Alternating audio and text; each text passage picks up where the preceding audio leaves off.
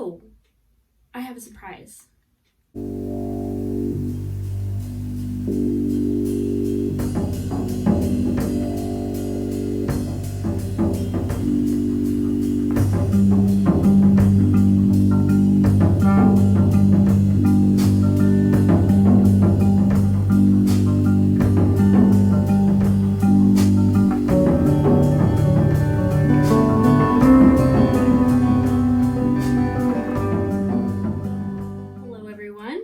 Today. I hope that you're having a really good day. If you're new to my channel, my name is Taylor, and this is the Thread to Mend podcast, where I discuss with you all the things that I am making. Mostly spinning and knitting are what I'm up to, but I diverge into many other things almost all of the time. And I wanted to start this week's podcast episode off with a comment shout out. On my previous podcast episode, I received a comment from She Bear, and I just really loved this comment so much, and I wanted to share it with you all in case you might have missed it. She Bear writes, I think mental disorders are a matter of spectrum. Most symptoms of mental illness can be observed in any given person, and it is just a matter of intensity and balance, or the missing of balance, or also a matter of having the ability to handle the struggles that life throws at us. It is a scary thought at first because there's not much between that mentally ill person and me, so there are not, quote, healthy people and, quote, people with mental illness, true, but people who are better equipped to handle life struggles and people whose minds had to come up with ways to take life that seems chaotic from the outside, but at a time life was life-saving. Got it. But at a time it was a life-saving, basically a coping mechanism. I have a lot more thoughts on this, but once again, I will exercise self-restraint and letting it all out in your comment section. It was nice to watch you swatch. I wish you all the best for your new job and starting next week. I just want to thank She Bear so much for taking the time to leave a comment like that. That's so insightful, and I think something that is very easy to either forget if you already know how mental illness or just, difficulty can happen in life, and how we're all a lot more the same than we are different. And I kind of went on, I don't really share like my Facebook a lot because Facebook's kind of like people I know in like real life or like now work with, because we use Facebook a lot for work. But I was sharing on Facebook this idea of positive psychology being misunderstood and confused with toxic positivity, which I feel like being kind of growth-minded, having to overcome like maladaptive coping mechanisms in life and just observing what they were, noticing when they came up, correcting my action when possible, or even just the words that I use, even if I do the same thing.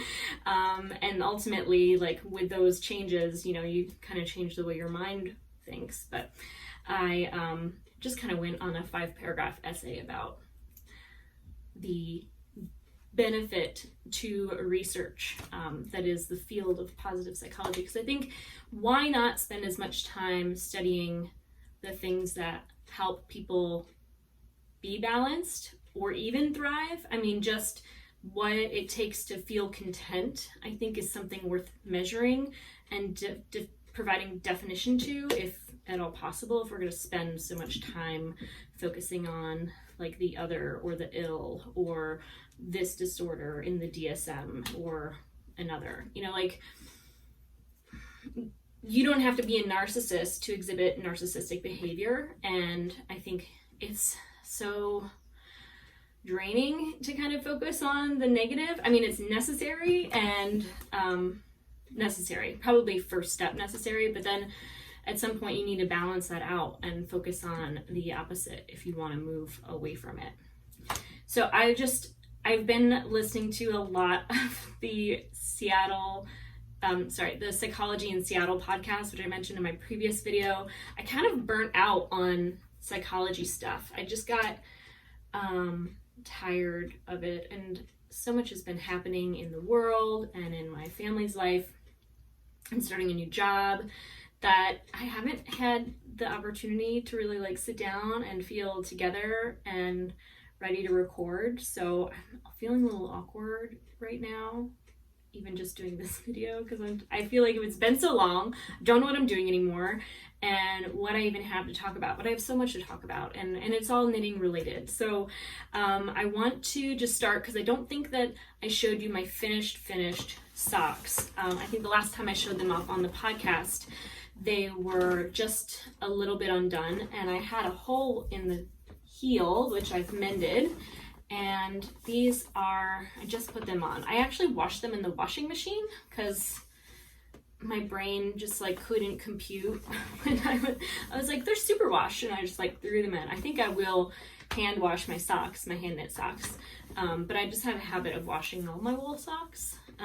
So yeah, they have faded a little bit. They're a little less brilliant in their color, but that's totally my fault. I think if I had washed them proper by hand, they wouldn't be so whatever. But I really do like these, and I love the fit of an Afterthought heel. One thing that I like about the Afterthought heel is just the symmetry with the toe. You're basically just knitting another toe. So I'm more likely to remember the instructions for knitting an Afterthought heel than something like a heel flap and gusset, because it's just a toe. So I think I'm gonna make more socks like that. I don't know, we'll see. I have a surprise. I'm actually wearing it right now. I wonder if you've noticed it already. Some of you who follow me on Instagram already know what this is. It's a bra pattern design that I wrote and is being test knit right now. I do need test knitters for some of the largest sizes in this pattern. I did grade it for 9 sizes, starting at 30 to 32 inch bust, and then let me just open the doc real quick. I have testers for all but sizes 46 to 48, 50 to 52, 54 to 56, 58 to 60, and 62 to 64. So if any of those are your bust size and you want to test knit this bra, just send me an email at threadtomend@gmail.com, and I will put you on the list to test knit this. So like I said, it starts at 30 inch bust and it goes up to 62, 64. So I hope that is inclusive enough. If it's not, and you want to work this pattern, but it's not already in your size, just reach out to me. I can do the math, send it over to you, update the pattern, whatever. So let me just show it to you. I'm trying to do this in a discreet and professional manner. So, just because I don't know who's watching this, right? Like we might, I don't know.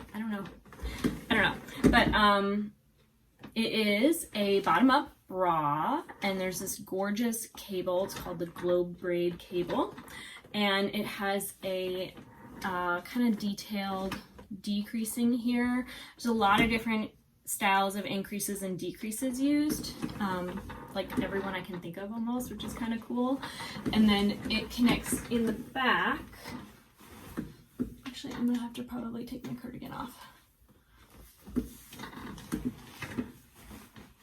With another Globe braid up the center back. So it's kind of like a racer back, but fully adjustable. You might be wondering if this can be knit for small and large busts. I categorize myself as having a smaller bust. So as you can see, there's actually a lot of ease that I could fill out, and I mean, I think that this would go in my rib size from a cup to probably a D or double D cup. Like you can see that the kind of sudden increases give a lot of room at the middle section here. So I don't know. I mean, it might, what I see as 2 important things to keep in mind for knitting bras is the bust size, but also the size of your rib cage, because you can have the same bust size with so many different people, and those people can have a very different figure. So if your ribs are narrower, you might want to knit ribbing that is narrower, whether you're using just a smaller gauge and or casting on fewer stitches and then just increasing more. Like one thing that I've done in this pattern is I've knit just straight for the ribbing, and then there's increases up the side. But if I were doing a larger adjustment for this pattern, I would make a longer ribbing so it's having no impact on the front center, which does any bra of any person's size have to be this many inches at the middle front? I would say so many bras, even for larger breasts, are less than an inch sometimes, even just like 1 or 2 inches on average. So that alone gives a lot of space too to fill in the front here, which I feel like kind of brings things together. And if your ribbing is not too loose, or the fabric doesn't stretch out too much, then it'll kind of push together and up if your ribbing is nice and tight towards your chest. So it might be, the struggle might be like, well, you wouldn't, if you're slipping one shoulder in, it might be getting that other shoulder in. If you have a really, like, I'm just thinking, if you have a really large bust and a very tiny waist, getting your small, you can't make a ribbing that is too tight if you can't get it over your bust. So there is like a fine line. I've worn this bra one whole day, and then I put it on for today because I wanted to show it to you. So I've blocked it before I wore it, but I wore it and I really stretched it out. And then, because I don't know if you wear knit bras already, but they do stretch. I mean, they're mostly knit with negative ease. They're positioned all day long against a warm body.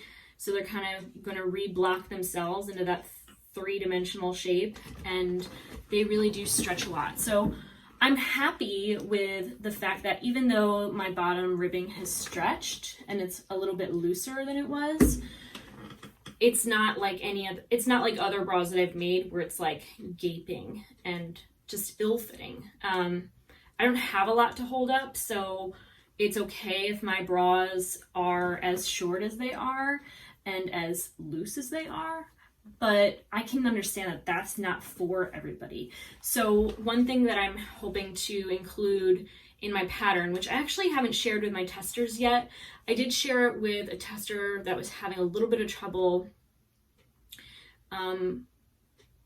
starting the cup, which we figured it out. It was not, I don't want to be like it wasn't me, but it was all good. I just was like comparing notes, and I love to share with makers not just the measure of the bust, but the finished dimensions of the ribbing and the rib cage, the rib measure of the garment, because I feel like that is really crucial. Anyway, I feel like I rambled on way too long about that. I want to show you some of the stuff I've been making. I don't have a sweater on my needles right now that I'm jazzed about. Of course, the last time I pulled this out might have been the last time we talked. I do still have this on my needles. I don't know why I can't even imagine it's real, except that it's so... I'm at the part where I'm no longer in the round, which is always my favorite, and now I'm working flat for the front side, and I need to just not be afraid. I need to just do it, is what I would have said as a kid. Just do it. But yeah, there's just something about putting down an intricate pattern and coming back to it with enthusiasm. I think that is necessary. It'd be nice to like just finish stuff in 2020. Like, who really knows how much time we have left? That was a really dark joke that came out of nowhere. Let me move on. I need to do this. One thing that I did at the beginning of fall was I went to the craft store. I went to Michael's craft store, and I actually ended up at Joann's also in the same week. I just like went craft store crazy because I don't know why. I think it was fall decor. Everyone was pulling out their like autumnal stuff, and I wanted to do the garland on my handrail. So I think I showed that in my previous video. I'll link to it. I wonder if I can link to the timestamp of my decor. But anyway, you've seen it, I'm sure. And I went to the thrift store nearby and I found this feather pillow. I'm pretty sure this is like Pottery Barn Kids or something, or like Pottery Barn, whatever. I dried it in the dryer to like disinfect and like kill whatever might be in a pillow from the thrift store. When I was at Joann's, I saw this yarn. I'm going to show you the label first so that if you're into this, you know that I showed it. It is like 300 grams of yarn, which I thought would be a lot, but it's like 48 yards or something ridiculous. Sorry, 78 yards per 300 grams. So it's a chunky fabric. And I don't ever buy polyester, although 2020 has been rough. I'm increasingly in the like YOLO mood, and I'm just like, everyone else is destroying the planet. Why don't I destroy the planet if it pleases me? And so I bought this polyester gorgeous yarn that I've so far knit for this pillowcase. It's gonna match my couch perfect. And I'm pretty much in love with this. This took like a couple hours to knit, just obsessively. This is the purl side, if you're wondering. There's also the knit side, which I think that I like the purl side better, just to be honest. Like, this is stripy. If there's any like misshapenness, I think it's gonna be a little less obvious on this side. But anyway, I really like this. It's super, super soft. I should work on this as well. Something I bought one skein at the store. I'm so mad at myself that I put the second back. I thought one might be enough, and it would be enough to do one side, but once I finished and I had only one side covered, I knew I needed another skein. And I went to the store again to get the other, and they were all sold out, so I had to buy it on the website. So halfway done through this project. I'll show you the ball band and let you know that the color, I think, is called Golden Moss. So if you're wondering which Velvet Plus to look for, it's the Golden Moss. And yeah, this is gorge. I love it so much. And I think that I had spoken to you about this sweater project in a previous episode, saying all I have to do are the sleeves, and that was correct. But then right after saying that, I tossed this on top of my teacup with my skein of red yarn underneath the sweater, and I dyed the front of this sweater with my sock yarn and with tea. I just didn't see it there, and it might be too subtle to show up on camera. You're going to think that it doesn't exist, but it is noticeable to me. Here's the real worst of it. So I totally destroyed a sweater I haven't even made, but I'm just going to rip it out and discard this area of yarn here. Maybe what I'll do is reclaim it and hand dye it, because I'm sure I can dye over that. And I'm really sorry, Blair, if you're watching. This is supposed to be her Rhinebeck sweater for 2020, but since that's not happening, I guess the sweater isn't either. I mentioned at the start of the podcast that I did start a new job. It is going really well so far. If you're not a regular viewer of the podcast, you might not know that I lost my job at the start of the pandemic for a few months, went back to work there until they closed for good, kind of permanently across all locations. And that was strange. I don't know. You can watch those episodes where maybe I talk about that. But now I'm at the local animal shelter and foster coordinating cats in our facility to get them kind of into a home and socialized or medicated in a more calming space, more like comfortable place. So that's really fun. I get to pet cats like anytime I want to, and every email I send is about cats. So I don't know what's better than that, to be honest. I really enjoyed decorating my desk. Maybe I'll take a quick video of my desk and insert it into a future podcast episode, because it's right now Saturday and I'm not there, and I'm hoping to get this ready for upload before I am there again. But yeah, it's fun. Everyone's super nice. I think when you work with animals all day, it's hard not to be in a good mood. Of course, many sad things happen all the time. You really kind of have to develop either an awareness of death that is non-threatening to your mental state, or I don't know, there's a lot of death. Not like euthanasia that's unnecessary, but just like there are so many impoverished people in our community, and I feel personally that they deserve animal companionship, and many have that, but they also can't afford to care for them. And so there's either really sad cases of neglect coming in, or more often than that, we're receiving animals that need healthcare badly, but the person who cares for them cannot facilitate that that care. So you see kind of the worst of people's circumstances in life related to animals, and it's tragic. I kind of wish, there's more that we could do for people to provide preventative care. I think providing preventative care to our communities, or like preventatively, that would be ideal. I think it's tough to get the message into communities unless there's people already in them able to access it, and I don't know that is happening yet. But I think that I was reading the employee handbook when I started, and something that I was really excited by was just in the last few months, maybe like in June or July, they relocated their entire facility to a brand new building, like state-of-the-art shelter, something that every shelter's always wanted.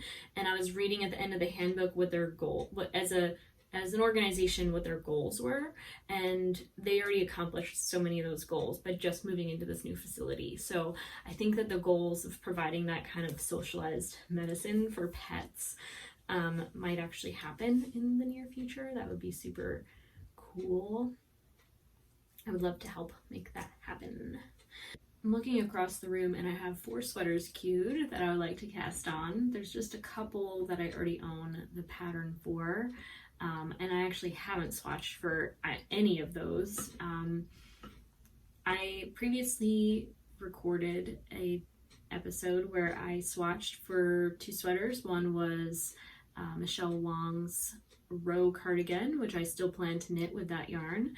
I'm just procrastinating because it's cables knit flat, and I don't know why. I can't bring myself to do it.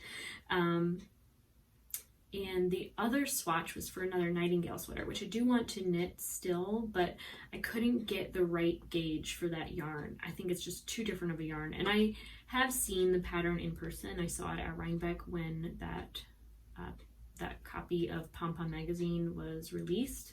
And it is a very heavy garment knit with worsted spun yarn. So it's very drapey and heavy and intense. And this yarn is the opposite. It is lofty and airy and light and thick. Because it has so much space in it. So it's just too much. Like, I don't really want to knit that yarn in a smaller gauge than the couple that I've made, because I like the fabrics that I made, but they're just of a different gauge. So I just can't see myself enjoying the process of knitting that fine of a gauge with that yarn. So I'm just gonna save the yarn. I'm looking at the swatch on the wall. I'm gonna save that yarn for a future project. I'm not sure what yet. I am actually playing a little bit of yarn chicken with my row cardigan, which I think could be a very dangerous game. So we'll see. That's kind of part of my hesitation. I also ordered the new Wool Week publication, so that is in the mail, and I'll be casting on another Ella Gordon pattern soon. It's a gorgeous, I'm looking at the yarn over there. I just wish, every time I sit down to record, I get excited I get reinvigorated to cast things on and keep on knitting, and it's just a really good thing for me to have this here with you all and just connect with my fiber craft and get re-inspired, because I'm always re-inspired when I record. I always have an office animal, which is kind of fun. So far I've had, in my first like 9 days, I've had 3 different animals in my office at different times, so that's constantly changing. That's one thing about the work too, is that it's just always changing. Like, you're in the middle of doing one thing and then all of a sudden you got something else to do. Like, that is where I think people get burnt out, because it's just so much coming at you. It'll be good because we're hiring another cat foster coordinator, and I'm really excited to work with them, and it'll be nice having 2 people to handle everything. I just got a Facebook message from work. I need to turn off my notifications and definitely mute all my stuff before I record, but we use Facebook Messenger to share photos because it's easy to download them, and that is all for this week's episode of the Thread to Mend podcast.